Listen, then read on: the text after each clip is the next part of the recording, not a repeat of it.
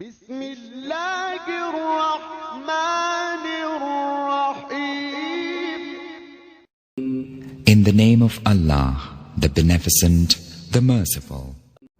السلام علیکم ورحمۃ اللہ وبرکاتہ. الحمد للہ نحمده ونستعینه ونستغفره ونؤمن به ونتوکل علیہ ونعوذ باللہ من شرور انفسنا ومن سیئات اعمالنا من يهده الله فلا مضل له ومن يضلله فلا هادي له ونشهد أن لا إله إلا الله وحده لا شريك له ونشهد أن سيدنا ومولانا محمدا عبده ورسوله. أما بعد، أعوذ بالله من الشيطان الرجيم. بسم الله الرحمن الرحيم. اعلموا انما الحياة الدنيا لعب ولهو وزينة وتفاخر بينكم وتكاثر في الأموال والأولاد كمثل غيث أعجب الكفار نباته ثم يهيج فتراه مصفرا ثم يكون حطاما وفي الآخرة عذاب شديد ومغفرة من الله ورضوان وما الحياة الدنيا إلا متاع الغرور. صدق الله العظيم.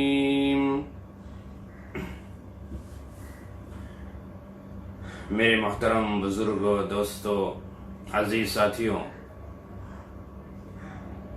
رمضان المبارک کا مہینہ تقریباً ختم ہو چکا ہے، صرف 2 دن باقی ہیں اور آج یہ آخری جمعہ ہے.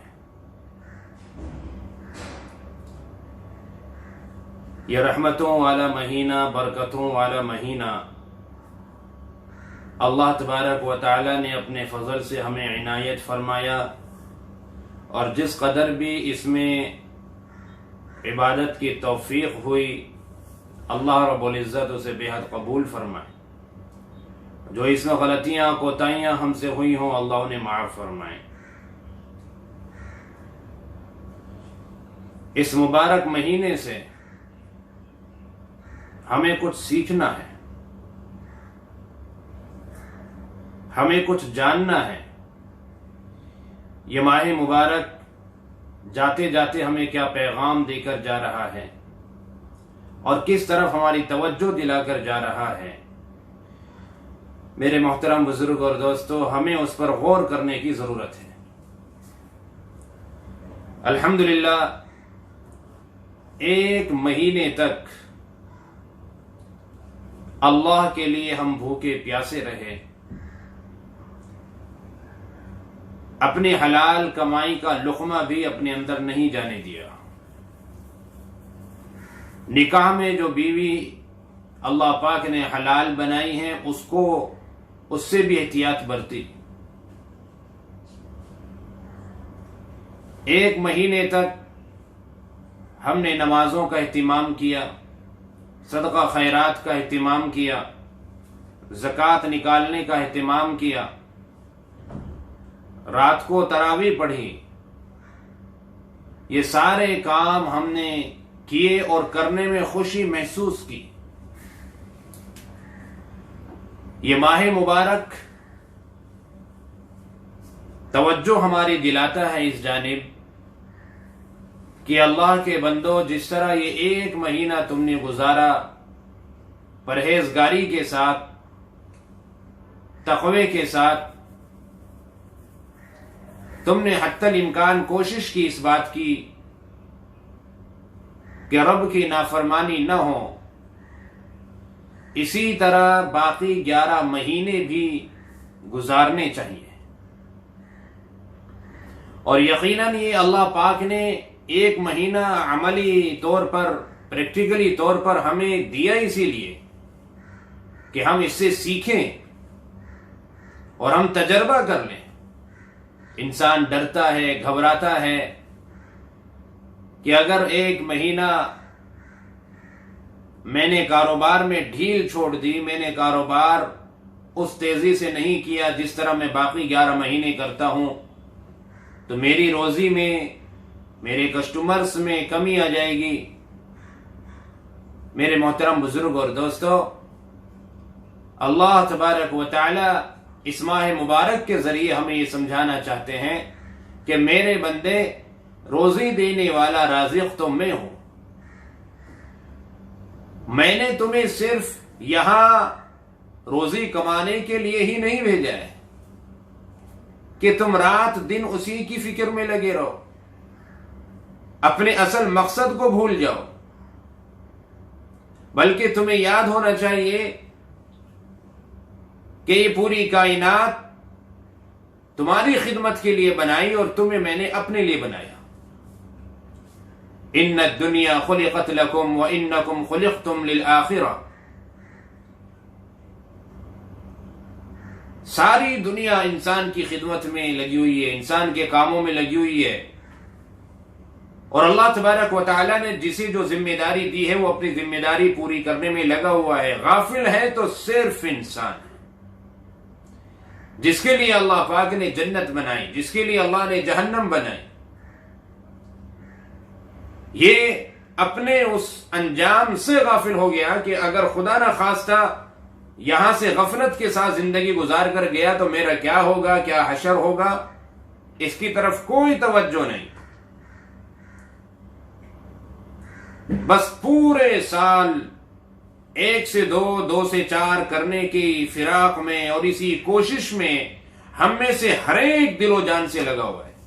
ہماری ساری صلاحیتیں صرف اس دنیا کے بنانے میں، دنیا کو سنوارنے میں لگی ہوئی ہے، اور اس چکر میں اکثر و بیشتر ہم یہ بھی بھول جاتے ہیں کہ جائز کیا ہے، ناجائز کیا ہے، حلال کیا ہے، حرام کیا ہے، میرا رب کس سے راضی ہوگا، میرا رب کس سے ناراض ہوگا، جبکہ مومن ہونے کی حیثیت سے اور آپ صلی اللہ علیہ وسلم کا امتی ہونے کی حیثیت سے ہر کام میں یہ تو سب سے پہلے دیکھنا چاہیے تھا میرا رب میرے کس عمل سے راضی ہوگا، کس عمل سے ناراض ہوگا۔ میرے محترم بزرگ اور دوستو، یہ دنیا بڑی رنگین ہے، دیکھنے میں بڑی اچھی لگتی ہے، بہت ہی بارونق معلوم ہوتی ہے، بہت ہی زرخیز نظر آتی ہے، لیکن یہ سب ایک سراب یعنی کہ ریتیلے میدان کی طرح ہے۔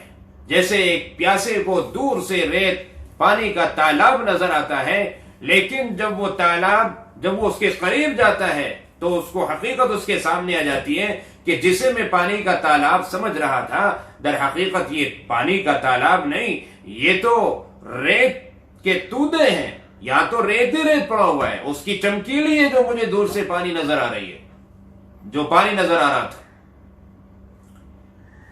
اس لیے میرے محترم بزرگ اور دوستو، ہمیں اس دھوکے سے باہر نکلنا ہے۔ بے شک دنیا ایک ضرورت کی چیز ہے، لیکن اس کو ضرورت کی حد تک ہی رکھنا چاہیے۔ آج ہمارے اعمال سے، ہمارے کردار سے ایسا معلوم ہوتا ہے جیسے کہ ہمیشہ ہمیں اسی دنیا کے اندر رہنا ہے، یہاں سے ہمیں جانا نہیں ہے۔ ہر وقت ہمیں صرف دنیا بنانے کی فکر، آخرت سے بالکل بے توجہی۔ ہم نے اب تک اپنا مکان بہتر بنانے میں اپنی صلاحیتیں خرچ کی ہیں، اپنی زندگی بہتر بنانے میں اپنی صلاحیتیں خرچ کی ہیں، اپنے بچوں کی زندگیاں بظاہر اچھی بنانے میں اپنی صلاحیتیں خرچ کی ہیں، لیکن کیا کبھی ہم نے اپنی نماز پر، اپنی تلاوت پر، اپنے ذکر پر، اپنی آخرت پر ہم نے توجہ دی ہے کہ ان میں کتنا نکھار آیا ہے پہلے کے مقابلے میں، یہ کتنی زیادہ بہتر بن سکی ہے پہلے کے مقابلے میں؟ مجھے اس سے پہلے نماز کے واجبات یاد نہیں تھے، کیا وہ مجھے یاد ہو گئے؟ مجھے نماز کے فرائض یاد نہیں تھے، کیا وہ مجھے یاد ہو گئے؟ میں نماز سنت کے مطابق پڑھتا ہوں یا نہیں پڑھتا؟ میرا وضو، میرا غسل، میری تلاوت، میرا ذکر، میرا صدقہ خیرات، میرا ہر عمل سنت کے مطابق ہے یا نہیں ہے؟ اس کی ہم میں سے کتنے کو فکر ہوتی ہے؟ اس کی طرف ہمیں غور کرنے کی ضرورت ہے۔ اللہ تبارک و تعالی نے اسی کا ذکر اس آیت کریمہ کے اندر کیا، جو میں نے ابھی آپ حضرات کے سامنے تلاوت کی، اللہ رب العزت نے واضح طور پر فرمایا کہ اعلموا، اچھی طرح سے سمجھ لو، جان لو اس بات کو، انما الحیات الدنیا لعب ولہو، یہ دنیا تو ایک کھیل تماشا ہے، یہ حقیقت نہیں ہے، یہ تمہاری منزل بھی نہیں ہے، اور یہاں تمہیں رکنا بھی نہیں ہے، یہ تو تمہاری گزرگاہ ہے۔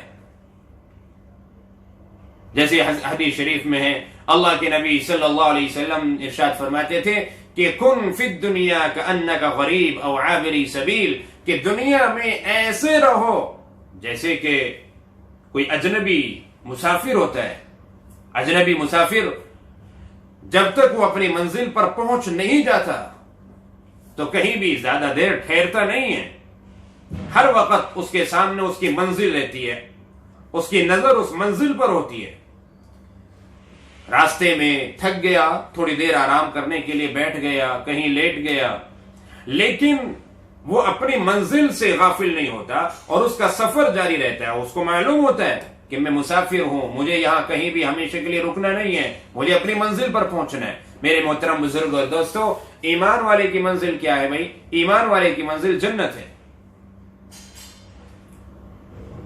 حدیث شریف میں آتا ہے، اللہ کے نبی صلی اللہ علیہ وسلم نے ارشاد فرمایا کہ من احب لقاء اللہ احب اللہ لقاءہ، جو اللہ سے ملنے کو پسند کرتا ہے، اللہ سے ملاقات کرنے کو پسند کرتا ہے، اللہ بھی اس سے ملاقات کرنے کو پسند فرماتے ہیں، اللہ بھی اسے پسند کرتے ہیں۔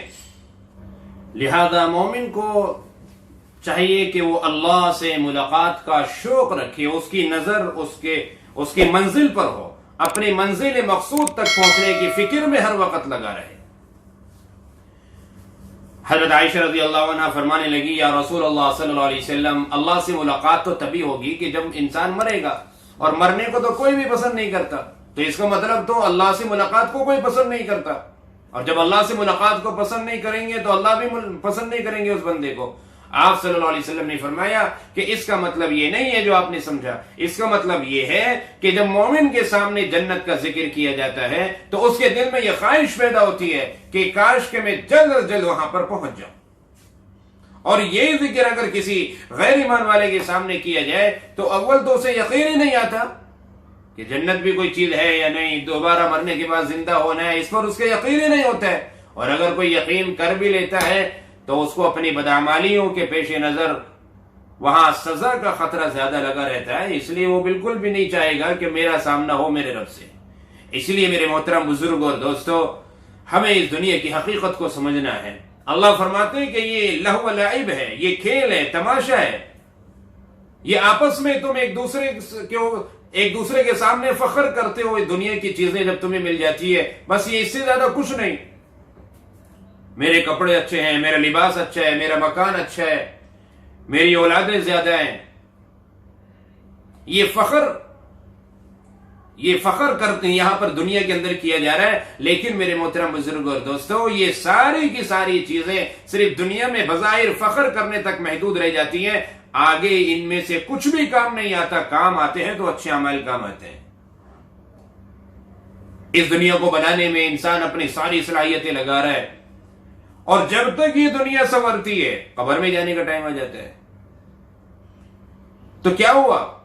جس دنیا کے پیچھے سب کچھ لگا دیا، سب کچھ اپنا گنوا دیا، اور اب جب ملک الموت آیا ہے، موت کا فرشتہ آیا روح نکالنے کے لیے، اب اس وقت انسان پچھتا رہا ہے، کاش کہ میں اپنی آخرت کے لیے کچھ کر لیتا، کاش کہ میں آگے کچھ بھیج دیتا، کچھ نیکیاں بھیج دیتا، میں کچھ اچھا کر لیتا۔ لیکن اس وقت کا سوچنا اور اس وقت کا افسوس کرنا یہ کسی بھی کام کا نہیں ہے۔ اصل جو چیز ہے میرے محترم بزرگ اور دوستو، وہ اب کی ہے کہ ابھی ہمیں سنبھلنا ہے اور اپنی آخرت کی فکر کرنی ہے۔ اس کی بہت اچھی مثال اللہ تبارک و تعالی نے قرآن کریم کے اندر سمجھائی، کمثل غیث اعجب الکفار نباتہ ثم یہیج فتراہ مصفرا ثم یکون حطاما، کہ جب بارش ہوتی ہے اور پھر جو مردہ زمین میں جان پڑتی ہے اور اس میں جو ہریالی نکلتی ہے، جو فصلیں اگتی ہیں، جو باغات لہلہاتے ہیں، پیڑ پودے اور پھول کھل جاتے ہیں، میرے محترم بزرگ اور دوستو، بڑا خوشنما منظر ہوتا ہے، انسان کو بڑا اچھا لگتا ہے۔ لیکن کچھ ہی دنوں میں اس کے اندر وہ زرد ہونے شروع ہو جاتے ہیں، یہاں تک کہ وہ ختم ہو جاتے ہیں، بالکل بھوسا بن جاتے ہیں۔ تو کچھ دن پہلے جو ایک بہت ہی خوشنما منظر تھا، بارونق تھا، آج وہ بالکل بدمزہ ہو گیا۔ یہی دنیا کا حال ہے، یہ اوپر سے بہت خوبصورت لگتی ہے، بڑی اچھی اور خوشنما معلوم ہوتی ہے، لیکن موت کا جب فرشتہ آئے گا تو اس کی ساری خوشنمائی اور اس کی ساری خوبصورتی یہ سب کی سب رکھی کی رکھی رہ جائے گی، اور انسان کے سامنے اس کی حقیقت کھل کے آ جائے گی، اور اس وقت یہ تمنا کرے گا کاش کہ میں اس دنیا کے پیچھے ہی نہ بھاگتا، میں اپنی آخرت کی فکر کرتا تو وہ میرے اب کام آتی۔ یہ ماہ مبارک ہمیں اس بات کا پیغام دے رہا ہے کہ اب تمہیں اثر نو زندگی گزارنی ہے۔ اللہ تبارک و تعالیٰ نے اپنے فضل سے اب تک کے تو پچھلے گناہ معاف فرما دیے، اس لیے کہ اللہ کا وعدہ ہے کہ جب کسی ایمان والے کی زندگی میں رمضان المبارک کا مہینہ آتا ہے تو وہ اپنے گناہ اپنے اللہ سے معاف کرا ہی لیتا ہے۔ کبھی افطاری کے وقت وہ دعا مانگتا ہے، کبھی وہ رات کو تہجد میں دعا مانگتا ہے، کبھی وہ سحری کے وقت دعا مانگ رہا ہے، کبھی تراویح کے بعد کی دعا ہے، کبھی قرآن کریم کے تکمیل کے بعد کی دعا ہے، کبھی شب قدر کی عبادت ہے۔ نہ جانے کتنے سارے بہانے اس ماہ مبارک کے اندر مغفرت کے آتے ہیں۔ تو میرے محترم بزرگ اور دوستو، جیسے ایک حاجی حج کر کے جب آتا ہے، اپنے گناہ اس کے سارے معاف ہو چکے ہوتے ہیں، اور یہاں آنے کے بعد اب وہ ایک نئی زندگی شروع کرتا ہے، اس کے نام اعمال سے برائیاں ختم ہو چکی ہوتی ہیں۔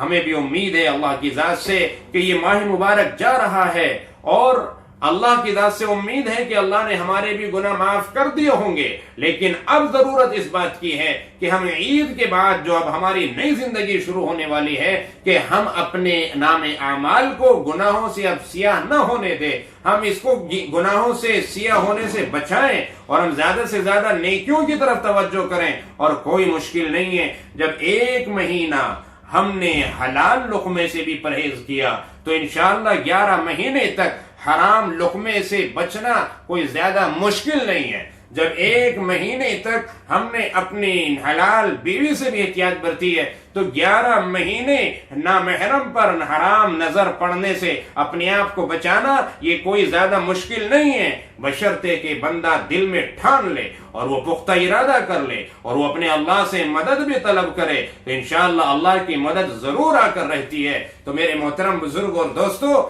ہمیں رہنا تو اسی دنیا میں ہے جب تک اللہ تبارک و تعالی ہمیں رکھیں، جب تک اللہ کو منظور ہے ہمیں رہنا تو اسی میں ہے۔ کوئی الگ سے دنیا آخرت بنانے کے لیے نہیں ملے گی، ہمیں اپنے بیوی بچوں کے درمیان رہنا ہے، ان کو چھوڑ کر کہیں بیابان جنگل میں نہیں جانا اپنے اللہ کو منانے کے لیے، بلکہ سنت طریقہ یہی ہے کہ اپنے مشغولیات میں رہتے ہوئے، اپنے کاروبار اور گھر بار میں رہتے ہوئے اور اپنے بیوی بچوں میں رہتے ہوئے اپنے اعمال کو اللہ کی مرضی کے مطابق لے آئے اور سنت کے مطابق لے آئے۔ اللہ اسی دنیا کو دین بنا دیتے ہیں، یہی اس اسلام کی خوبی ہے۔ اسلام کے اندر رہبانیت نہیں ہے، اسلام کے اندر دنیا سے روکا نہیں گیا، منع نہیں کیا گیا ہے، بلکہ آپ اگر قرآن کریم کی اس دعا کو سمجھیں جو عام طور سے ہم نماز میں بھی پڑھتے ہیں، ربنا آتنا فی الدنیا حسنہ، تو اس دعا میں تو سب سے پہلے دنیا کے اچھا ہونے کی دعا اللہ پاک نے سکھائی ہے کہ اللہ میری اس دنیا کو بہتر بنا دے، عافیت والی بنا دے، سکون والی بنا دے، خوشحال بنا دے، بیماریوں سے پریشانیوں سے محفوظ فرما دے۔ تو سب سے پہلے تو دنیا کو سیکیور کیا گیا ہے اس دعا کے اندر، آپ غور کیجئے، کہیں نہیں روکا گیا۔ ان کا غلط استعمال کیا جاتا ہے تب یہ غلط بنتی ہے، غلط طریقے سے حاصل کیا جاتا ہے تب یہ غلط بنتی ہے۔ اگر اس کو حلال طریقے سے اور جائز طریقے سے ہم نے حاصل کیا اور حلال جگہ پر اس کو لگایا اور حلال جگہ پر خرچ کیا، میرے محترم بزرگ اور دوستو، یہ سب سے بڑی عبادت ہے، سب سے بڑی عبادت۔ اللہ تبارک و تعالی نے خزانہ قارون کو بھی دیا، اللہ نے خزانہ سلیمان علیہ السلام کو بھی دیا، حکومت سلطنت انہیں بھی دی، لیکن دونوں میں فرق ہے۔ قارون کے اندر تکبر آیا اور قارون نے یہ دعویٰ کیا کہ یہ جتنا بھی خزانہ ہے اور دولت ہے یہ سب میرے علم کی بدولت ہے، یہ میرے ہنر کی بدولت ہے، یہ میری محنت کی بدولت ہے. لیکن سلیمان علیہ السلام نے یہ نہیں کہا. سلیمان علیہ السلام نے کہا رب اوزعنی ان اشکر نعمتک التي انعمت علی وعلی والدی، اے میرے رب مجھے اس بات کی توفیق دے کہ جتنی تو نعمتیں تو نے مجھے دی ہے اس پر میں تیرا شکر ادا کروں. یہ دونوں میں فرق ہے. میرے محترم بزرگ اور دوستو، بس اللہ اتنا ہی چاہتے ہیں کہ میرے بندے اپنے خالق اور مالک کو نہ بھول. اگر اللہ تجھے دنیا دے دیں تو اپنے اندر کبھی تکبر نہ لا، تکبر کو جگہ نہ دے، اور کبھی یہ نہ سمجھ کہ یہ میرا کمال ہے اور یہ میرے علم، میرے ہنر اور میری عقل اور میرے دماغ کی وجہ سے مجھے ملا. ہر وقت یہی کہے جو سلیمان علیہ السلام نے کہا تھا ھذا من فضل ربی، یہ میرے رب کا فضل ہے، یہ میرے رب کا فضل ہے. جائز طریقے سے کما، جائز جگہ پہ خرچ کر، یہ اللہ تبارک و تعالیٰ صرف چاہتے ہیں. اللہ یہ نہیں چاہتے کہ دنیا سے آپ بالکل منقطع ہو جائیں، دنیا کا بائیکاٹ کر دیں. ہرگز اللہ یہ نہیں چاہتے. اللہ کے نبی صلی اللہ علیہ وسلم نے تو اس طرح کے خیالات رکھنے والے صحابہ کرام کی اصلاح فرمائی. جس وقت آپ صلی اللہ علیہ وسلم کی عبادت ازواج مطہرات کے ذریعے سن کر انہیں معمولی لگی، اور پھر انہوں نے یہ فیصلہ کیا کہ آپ صلی اللہ علیہ وسلم کو اتنی ضرورت نہیں ہے نیکیوں کی جتنی ہمیں ہیں. چنانچہ ایک نے طے کیا کہ میں ہمیشہ روزہ رکھوں گا، ایک نے طے کیا کہ میں ہمیشہ رات کو عبادت کروں گا، ایک نے طے کیا میں کبھی نکاح نہیں کروں گا. آپ نے فرمایا کہ یہ کیا باتیں کر رہے ہیں؟ میں تم سب سے زیادہ ڈرنے والا، میں تم سے سب سے زیادہ تقوی اختیار کرنے والا، لیکن میں روزہ رکھتا بھی ہوں اور کبھی نہیں بھی رکھتا. رمضان کے علاوہ، یہ نفلی روزوں کی بات چل رہی ہے، رمضان کی نہیں. اور پھر آپ نے فرمایا میں رات کو عبادت بھی کرتا ہوں اور میں سوتا بھی ہوں، آرام بھی کرتا ہوں، اور نکاح کرنا تو میری سنت ہے. تو میرے محترم بزرگ اور دوستو، ہمیں تو یہ سکھایا گیا ہے شریعت کے اندر. ہمیں اسی سماج میں، اسی معاشرے میں اور اپنے بیوی بچوں میں، اپنے کاروبار میں رہنا ہے، لیکن اسے سنت کے مطابق لانا ہے. ہمیں یہ سمجھنا ہے کہ میرے رب نے میرے اوپر کیا کیا ذمہ داری ڈالی ہے. بچوں کا میرے اوپر کیا حق ہے، پڑوسیوں کا کیا حق ہے، رشتہ داروں کا کیا حق ہے. ہر ایک کے حقوق کو سمجھ کر ان کی ادائیگی کی فکر کرنا، اور جو میرے رب نے مجھے ذریعہ معاش دیا، جو میرے رب نے مجھے کاروبار دیا، اس کو حلال طریقہ سے چلانا، اس حلال طریقہ اختیار کرنا، حرام سے بچنا. میرے محترم بزرگ اور دوستو، یہ صرف ہماری شریعت چاہتی ہے. آپ کو یاد ہوگا ایک دفعہ اللہ کے نبی صلی اللہ علیہ وسلم ایک بازار سے گزر رہے تھے، تو ایک جگہ غلے کا ڈھیر دیکھا، بہت بڑا غلے کا ڈھیر. آپ نے، وہ بڑا اچھا نظر آ رہا تھا اوپر سے، آپ نے جب اس کے اندر ہاتھ ڈالا تو اندر سے گیلا. آپ صلی اللہ علیہ وسلم نے ان سے پوچھا کہ بھئی یہ کیا کر رکھا ہے آپ نے؟ اوپر سوکھا اور اندر گیلا. وہ کہنے لگے کہ یا رسول اللہ صلی اللہ علیہ وسلم، رات بارش ہوئی تھی جس کی وجہ سے یہ غلہ بھیگ گیا تھا، تو میں نے سوکھا اوپر کر دیا تاکہ دیکھنے والے کو اچھا لگے اور وہ ادھر متوجہ ہو، ورنہ وہ گیلا دیکھے گا تو وہ ادھر آئے گا ہی نہیں. آپ نے فرمایا کہ یہ تو دھوکہ ہے، یہ تو دھوکہ ہے. اور پھر جو جملہ ارشاد فرمایا وہ بہت ہی قابل توجہ ہے. آپ نے فرمایا من غص فلیس منا، جس نے دھوکہ دیا وہ ہم میں سے نہیں، جس نے دھوکہ دیا وہ ہم میں سے نہیں. تو میرے محترم بزرگ اور دوستو، آج ہم اپنے کاروبار میں کیا کر رہے ہیں؟ ہم کسٹمر کے ساتھ کس طرح کا ہمارا رویہ ہے؟ اپنا مال بیچنے کا کیا ہمارا طریقہ ہے؟ کہیں ہم عیب چھپا کر تو نہیں بیچ رہے، جھوٹی قسمیں کھا کر، جھوٹی تعریفیں کر کے تو نہیں بیچ رہے، ہم کسی کے ساتھ فراڈ تو نہیں کر رہے، ہم کسی کو دھوکہ تو نہیں دے رہے، کسی بھی طرح غلط طریقے، غلط ناجائز امور میں ہم شامل تو نہیں ہو رہے. اس کا ہمیں بڑا خیال رکھنے کی ضرورت ہے. اگر ہم نے اس کا خیال کر لیا اور پھر اس کا استعمال بھی صحیح کر لیا تو انشاءاللہ آپ دیکھیے کہ اللہ تبارک و تعالی پھر اسی دنیا کے ذریعے ہماری آخرت بنائیں گے. یہی دنیا آپ کی آخرت بننے کا ذریعہ بنے گی. صحابہ کرام نے کیا دنیا نہیں کمائی؟ صحابہ کرام نے کیا دنیا حاصل نہیں کی؟ جتنے بھی عشرہ مبشرہ ہیں، یعنی 10 صحابہ جن کو دنیا میں ہی جنت کی بشارت دی گئی، وہ سب کے سب ٹاپ کے امیر آدمی ہیں. عبد الرحمن ابن عوف ہوں، چاہے عثمان غنی ہوں، چاہے اور دوسرے صحابی، سب کے سب ٹاپ کے امیر آدمی ہیں، اور وہ عشرہ مبشرہ میں سے ہیں. جنتی ہونے کی بشارت ہے. کیوں؟ اس لیے کہ انہوں نے اس دنیا کی حقیقت کو سمجھا ہے. دنیا اللہ نے دی ان کو ان کی نیک نیتی کی بنا پر، اور اللہ پر یقین اور اعتماد کی بنا پر اللہ پاک نے خوب ان کو دنیا دی، لیکن اس دنیا کا انہوں نے صحیح استعمال کیا، اس دنیا سے وہ محبت نہیں کی جو محبت آج ہم کرتے ہیں۔ ہماری محبت کیسی ہوتی ہے؟ ہماری محبت، دیکھیے محبت کا ہونا ایک فطری چیز ہے، محبت تو نکال نہیں سکتے، مال سے محبت یہ ایک فطری چیز ہے، ہر ایک کو ہوتی ہے، اس میں چاہے کوئی بھی ہو، جیسے غصہ ہر ایک کو آتا ہے، یہ غصہ ہم نکال نہیں سکتے، لیکن غصے کا غلط استعمال یہ غلط ہے جس سے روکا جاتا ہے شریعت کے اندر۔ ایسی محبت بے پناہ اور غلط، اس سے شریعت روکتی ہے کہ دنیا سے اتنے محبت انسان کر کے بیٹھ جائے، پھر اپنی نماز سے بھی غافل ہو جائے، حلال اور حرام کو کی تمیز بھی کھو بیٹھے، دین سے دور ہو جائے، مسجدوں سے دور ہو جائے، تکبر مزاج کے اندر لے آئے، بڑائی مزاج کے اندر لے آئے، یہ ساری خرابیاں اگر آ جاتی ہیں دنیا کے آنے سے میرے محترم بزرگ اور دوستو، تو پھر یقین جانیے کہ یہ قارون، حامان، شداد، فرعون، ابی بن خلف اور اس طرح کے لوگوں کی طرح یہ ہلاکت کا ذریعہ بن سکتی ہے، یہ کامیابی کا ذریعہ کبھی نہیں بنے گی، کبھی نہیں بنے گی۔ چنانچہ عثمان غنی رضی اللہ عنہ، آپ صلی اللہ علیہ وسلم کی اتنی